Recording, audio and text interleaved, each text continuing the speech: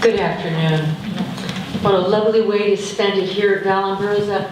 Looking forward to Christmas, praying, singing.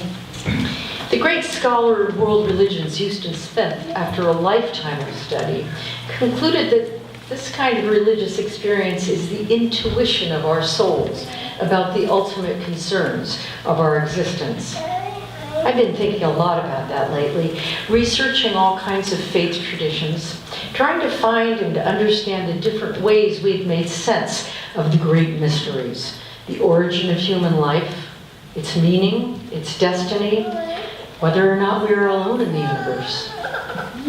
I feel lucky to live in an age where we can find vast amounts of information, and I can tell you there are endless variations in the ways that people have sought to express these great mysteries in art, in literature and theology, and in how they fashioned images of the deity.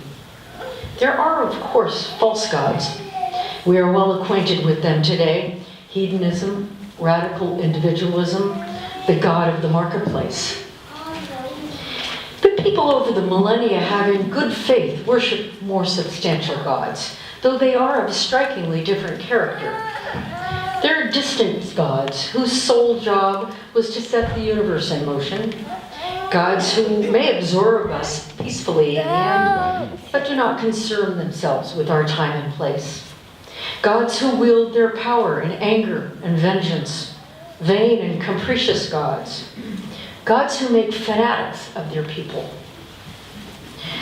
Whatever form they take, these gods all seem to answer some question, to fulfill some desire, to transcend our limitations or complete us in some way. It's said that we have a God-shaped hole in us.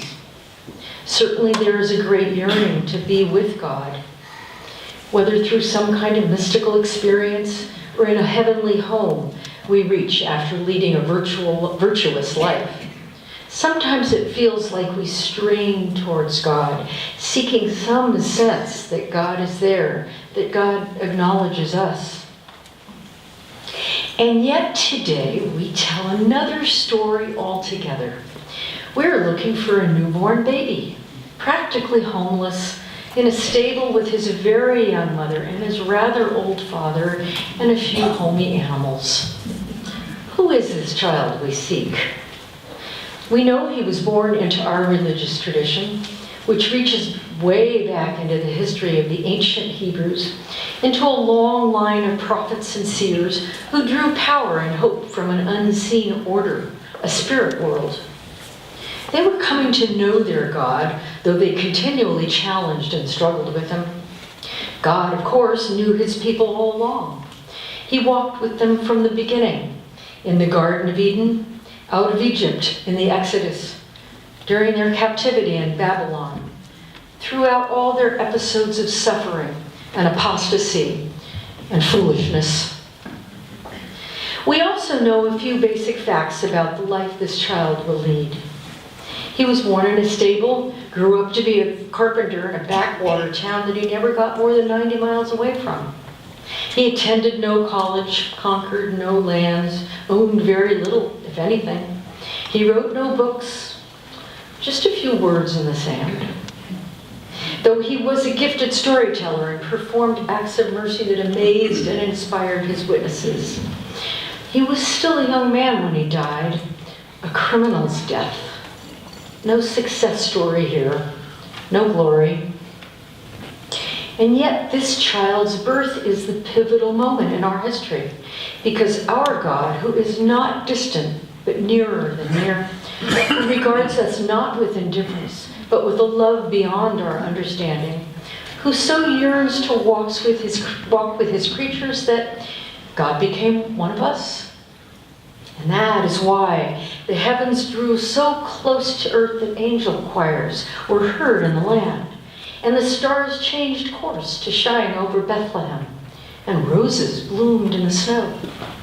As the poet Ue Fanthorpe wrote, this was the moment when a few farm workers and 3 members of an obscure Persian sect walked haphazard by starlight straight into the kingdom of heaven.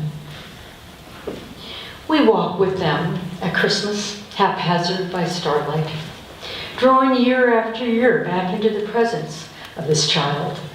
I think one of God's great Christmas gifts is the way of his coming, in such tenderness, in such utter vulnerability, in such staggering simplicity. We could never have found God on our own. Our being is too flawed, our hearts too small.